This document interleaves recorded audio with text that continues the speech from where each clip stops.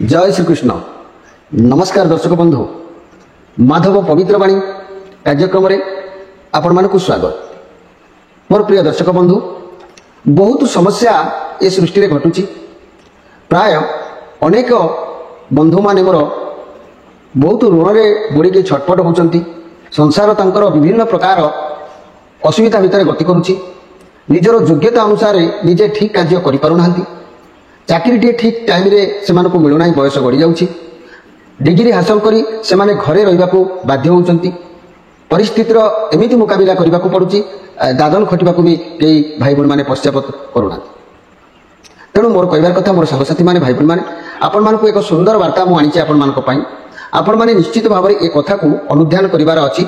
काहे कि कहूची ना, काहे कि आम दाम्पत्य जीवन में मैंने पति पत्नी हो बा प्रेमिक प्रेमिका हूँ बा माँ बापा हूँ बा भाई भाई हूँ, कहीं आम आम भितर द्वंद्व कड़ी लगी रोचे, मन मिलूना। यार मूल कारण कौटी आपको आम तदंत करके आगे धरवा दरकार। एवं कौन पाई आमे आज ऋण पर ऋण कई आत्महत्या ऋण पाई कर दउची, कई जीवन को पूरा बर्बाद कर दउची। एई ऋण पाई किए पागला भी हो जाउची। ये बहुत दुखर कथा। ये कथा को मु अनुध्यान करी मो एक सुंदर वीडियो बहु गवेषणा पर आपण मान सामना को आनी। मोर सांगसाथी माने निश्चित भाव में ये कार्यक्रम को आपण देखिबे एवं देखिबा संगे संगे आपनकर किछि ज्ञान भी आहरण हम एवं तार संगे संगे तार प्रतिकार मध्य जानिबे। कौन पाई आमे ऋण रे बुड़ी मरुछंती, कौन पाई पति पत्नी मत मतांतर होउची, पिला छुआ माने कथा मानु नांती, कौन पाई आमे विभिन्न समस्या रे गुप्तभोगी होउचंती, हमर समस्या केतबेले दूर हो नाही। यार मूल उद्देश्य को तेणु मु आज सेही विषय रे संक्षेप रे आपण मानको कहबाकू जाउची। मोर प्रिय सांगसाथी माने, मोर गुरुजन माने, आपण मानको कहबार कथा हला जे मने रखंतु आपण मानकर किसी दोष ना। जड़े बंधु मते प्रश्न कले, वयोज्येष्ठ लोक मोर पिता तुल्य हेबे, से मते प्रश्न कले, आज्ञा मो जीवन में मो ज्ञातसार भितर मो माने मो जानतरे मु कहार अन्याय करिने, कहार टंकाटे भी भूल भी मुनिए, किंतु आज मो मृत्युर सीमारेखा पाखे पहुंची ना मु बंची पारुची ना मु मरी पारुची। मते बहुत दुख लगिला। मु तांको कहली आपणकर राशि अनुसार से राशि व्यक्ति अन्य माने भलरे अछंती, किंतु आपणकर कहीं एते असुविधा सम्मुखीन आपण होउछंती। से बंधु मते जो ए प्रश्न कले, मुझे बंधु को ए उदाहरण देली जे मन रखंतु आपणकर किछि भी दोष नाही। आपण वर्तमान जहाँ किछि कलाकर्म करिवे ये सब आपण मानक पिला ऊपर प्रभाव पड़िबो। वंशर परंपरा प्रमाण्य अनुसार पड़ी पड़ी के जीव। गोटे कथार अच्छी, बाप खाइले ताल पुओ को पड़े काल। ये कथा केवल अन्यथा नुह, ये पूर्वपुरुष मैंने एक कथा कही आसी। आमर विभिन्न पत्र पत्रिका कथा पुराण शास्त्र भी अच्छी। तेणु मोर प्रिय सांगसाथी माने, भाई भाई माने, निश्चित भाव में यही कथा को आपण माने बुझा आवश्यक अच्छी। कौन आपण किसी दोष करना, कहीं आप आज निज पत्नी पाखे स्नेह ममतार बांधि पारना, कहीं मन मतांतर हो, कहीं दिवस गुरु कथा जाऊँगी, कहीं आप ऋण पर ऋण कर चली ऋण सुझी पारना, कहीं अभाव अनाटन आपको लगी रोचे। ये सब विषय आपको मूल कथा को अनुध्यान करूँ जी आपणकर किसी भी दोष नहीं। सब हूँ पूर्व पीढ़ी कहले आम बापा माने जेज जेज एमती कि पूर्व पुरुष माने, पूर्व पितृपुरुष माने जो कलाकर्म फल कही तार परिणाम आमको भोग करने को पड़ुଛି। आपण कौन फांकी दे पारे कहीं ये मो मन बड़ा कथा नुह। ये स्वतंत्र ज्योतिष शास्त्र रे ता प्रमाण अच्छी जे कि जदि एटे कौ समय प्रमाणटा आप पाइबे, केमी जानवे मुझे तार टोटाल डिटेल्स कौच। निश्चित भाव में आप एक कथा को जानवा आवश्यक अच्छे। मोर सांगसाथी माने, पूर्व पीढ़ी निर्दय ऋण, ये ऋण होबार कारण कौन, ये ऋण कौन, यार दंड कौन, यार फल कौन। ये हूँ देखु, जदि मेष राशि को लग्न करी दशम स्थान में रवि कि मंगल अवस्थापन करती, तेबे जातकर निर्दय ऋण आरंभ होता है। जेतबेले देखिबे ये सब घटना घटिला, तामाने सेतबेले कोन होते ना, मेष राशि को लग्न करा जाय थाए, से स्थान रे रवि किंबा मंगल अवस्थापन कले जातकर निर्दय ऋण आरंभ हो जाय थाए। एथिरे पूर्व पुरुष मानक मध्यरु केही जदि जीव हत्या करि थाए, मन रखंतु आपण मानक वंश रे पूर्व पुरुष माने केही जदि जीव कोनोसी जीव को हत्या करि थाए, केही कार गृह दाह करि थाए, गृह दाह अर्थात केही कार घर को अग्नि द्वारा जळै दै थाए, जानी शुणिकी तार घर को निया लगे दी थाए, ताहेले निर्दय ऋण यही समय आरंभ हुए।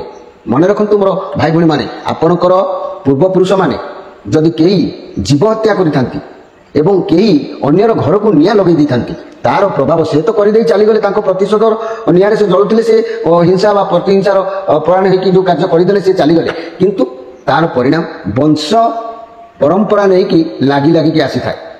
ଏ କଥା ଆପଣ ବିଶ୍ୱାସ କରନ୍ତୁ। କେମିତି ବିଶ୍ୱାସ କରିବେ ମୁଁ ଆପଣଙ୍କୁ କହୁଛି। ପୂର୍ବପୁରୁଷମାନେ ଯଦି ଏପରି ଅକର୍ମ କରିଥାନ୍ତି ଆମକୁ ତାର ପ୍ରଭାବ କେମିତି ପଡ଼େ ଆପଣ କେମିତି ଜାଣିବେ? ଏଥିରେ କ'ଣ କ୍ଷତି ହେଲେ ଆପଣ ଜାଣିବେ? ମନେ ରଖନ୍ତୁ ମୋର ଗୁରୁଜନମାନେ, ଏହି କାରଣ ହେତୁ ପୁରୁଷାନୁକ୍ରମରେ ଅନେକ ଦୁଃଖ ଭୋଗ କରିବାକୁ ପଡ଼ିଥାଏ।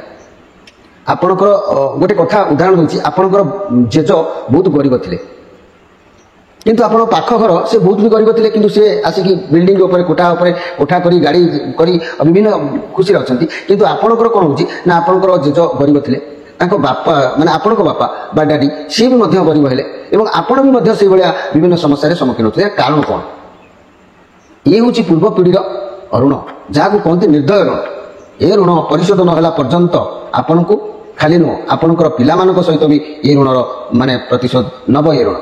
ମନେ ରଖନ୍ତୁ, ଯଦି ପୁରୁଷାନୁକ୍ରମରେ ଏହି ଦୁଃଖ ଲାଗି ରହିବ, ନାନା ପ୍ରକାର ଯନ୍ତ୍ରଣା ଭୋଗ କରିବାକୁ ପଡ଼ିବ, ବିନା କାରଣରେ ଜେଲ ଦଣ୍ଡ ବି ଯିବାକୁ ପଡ଼ିବ। ଦୋଷ ନଥିବ ଅକାରଣରେ ଟିକେ କଥାରେ ଆପଣଙ୍କୁ ଜେଲ ଦଣ୍ଡ ହେବାକୁ ପଡ଼ିବ।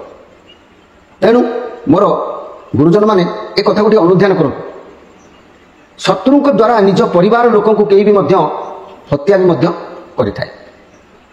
ବିନା କାରଣରେ ଜେଲ ଯିବେ, ସ୍ତ୍ରୀ ଠାରୁ ମାନବତାନ୍ତର ଦୂରେଇକି ରହିବେ, କିମ୍ବା ଆପଣଙ୍କ ପରିବାରର କୌଣସି ବ୍ୟକ୍ତିକୁ କେହି ହତ୍ୟା କରିବ ବା ମାରିଦେବ, କୌଣସି କାରଣ ହାଣିଦେଉ, ମାରିଦେଉ, ପୋଡ଼ିଦେଉ କିମ୍ବା ଫାଶୀ ଦେଇଦେଉ, ଯେକୌଣସି କାରଣ ବାବଦରେ ହେଉ, ଆପଣଙ୍କ ପରିବାରର କେହି ଯଦି ଜଣେ ମୃତ୍ୟୁବରଣ କଲା, କେହି ବାହାର ଲୋକ ମାରିଦେଲେ, କିମ୍ବା ଆପଣ ଯଦି ଅକାରଣରେ ଜେଲ ଗଲେ, କିମ୍ବା ଆପଣଙ୍କର ଘରେ ଯେତେ ଅଭାବ ଆଣିଲା ବେଳକୁ ରୋଜଗାର କରିକି ତା ଯଦି ଅଭାବରେ ଖାଲି ପରିଣତ ହେଲା, ତାହେଲେ ଏହାକୁ କ'ଣ କୁହାଯିବ ନା ଦୈବୀ ବିପଦ ବୋଲି କୁହାଯାଏ। କୁଟୁମ୍ବରେ କେହି ସଦସ୍ୟ କାହାରି ମଧ୍ୟ ଏହିସବୁ ଯଦି ପୂର୍ବ ମାନେ ପିଢ଼ିର ଯେଉଁ ନିର୍ଦ୍ଦୟ ଋଣ ଥାଏ, ଏହି ଋଣ ହେଲେ କ'ଣ ହୁଏ ନା ଆପଣଙ୍କ ପରିବାରରେ କେହି ବ୍ୟକ୍ତି ନିଖୋଜ ହେଇଯାନ୍ତି, ବିଦେଶ ଯାଇଥିବେ ଫେରିବେନି, କିମ୍ବା ଏହି ବ୍ୟକ୍ତି ଘରୁ କୌଣସି କାରଣବଶତଃ ଯାଇଛି ଆଉ ଘରକୁ ରିଟର୍ଣ୍ଣ ଫେରିଲେନି। ଏଇ ଯେଉଁ 4-5ଟି କଥା ମୁଁ ଆପଣମାନଙ୍କୁ କହୁଛି, ଆକୁ ଆପଣ ନିଶ୍ଚିତ ଭାବରେ ଟିକେ ଅନୁଧ୍ୟାନ କରନ୍ତୁ। ପ୍ରଥମ କଥା, ଯଦି ଆପଣମାନଙ୍କର ପୂର୍ବପୁରୁଷମାନେ କେହି ଜୀବ ହତ୍ୟା କରିଥାନ୍ତି, ବାରମ୍ବାର ଜୀବ ହତ୍ୟା କରିଥାନ୍ତି, ସେ ଜୀବଙ୍କର ଅଭିଶାପ ରହିଥାଏ, କିମ୍ବା ଆପଣମାନଙ୍କର ଯଦି ପୂର୍ବପୁରୁଷ କେହି ଅନ୍ୟର ଘରକୁ ନିଆଁ ଲଗାଇ ଦେଇଥାଏ, ତାହେଲେ ତାର ପ୍ରଭାବ ଏ ଜନ୍ମରେ ଆପଣଙ୍କୁ ବି ଭୋଗ କରିବାକୁ ପଡ଼ିବ। କାହିଁକିନା ସେଇ ବଂଶଧର ରକ୍ତରେ ଆପଣ ସୃଷ୍ଟି ହେଇଛନ୍ତି, ତେଣୁ ତାର ପ୍ରତିଫଳିତ ଦଣ୍ଡ ଆପଣ ହିଁ ଭୋଗିବେ। କ'ଣ ସେ ଦଣ୍ଡ?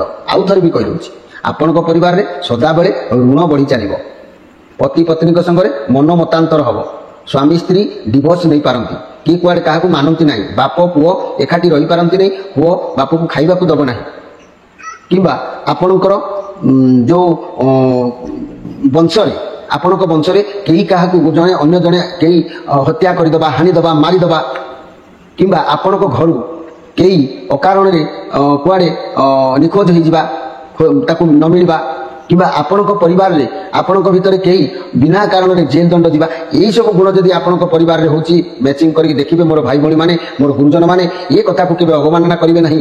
ଯଦି ଏ ହେଉଛି ତାର ପ୍ରତିକାର ମୁଁ ଆପଣମାନଙ୍କୁ କହୁଛି, ଏହି ଋଣ ମୁକ୍ତି ହେବାର ଉପାୟ ମୁଁ କହୁଛି। ଆଉ ଏ ଋଣ ଏ ପ୍ରତିକାର ଯଦି ଆପଣ କରିଦେଉଛନ୍ତି, ଆପଣ କେବେ ହେଲେ ଜୀବନରେ ଆଉ ଏମିତି ହତାଶରେ ସମ୍ମୁଖୀନ ହେବେନି। ନିଶ୍ଚିତ ଭାବରେ ଗୋଟିଏ ବର୍ଷରେ ଆପଣଙ୍କର ଭାଗ୍ୟ ପରିବର୍ତ୍ତନ ହେଇଯିବ।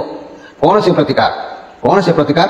ନା ପରିବାର ମଧ୍ୟରେ ଥିବା ସମସ୍ତ ସଦସ୍ୟ, ପରିବାରରେ ଆପଣଙ୍କ ପରିବାରରେ ଯେତେ ସଦସ୍ୟ ଅଛନ୍ତି ସମସ୍ତଙ୍କ ସହଯୋଗରେ 100 ଗୋଟି ଜଳାଶୟରୁ ନିଜର ସାମର୍ଥ୍ୟ ଅନୁଯାୟୀ ମାଛ ଆଣିବ। 100 ଗୋଟି ଜଳାଶୟରୁ ନିଜର ସାମର୍ଥ୍ୟ ଅନୁଯାୟୀ ମାଛ ଆଣିବ, ସେ ଛୋଟ ମାଛ ହଉ ଆଇଦର ବଡ଼ ମାଛ ହଉ, କିନ୍ତୁ ମାଛ ସଂଗ୍ରହ କରିବ। ତାକୁ ରାନ୍ଧି କୌଣସି ଶନିବାର ଦିନ 100 ଜଣ ମୂଲିଆଙ୍କୁ ନିମନ୍ତ୍ରଣ କରି ଖାଇବାକୁ ଦେବ, ଏଇ ବା ଭୋଜନ ଦେବ।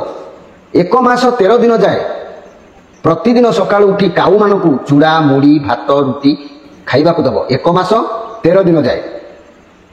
ତେବେ ପ୍ରତିଦିନ ପିଜୁଳି ଗଛର କାଠିରେ ବା ଡାଙ୍ଗରେ ବା ପିଜୁଳି ଗଛ ଡାଳରେ ଦାନ୍ତ ଘଷିବେ ପ୍ରତିଦିନ।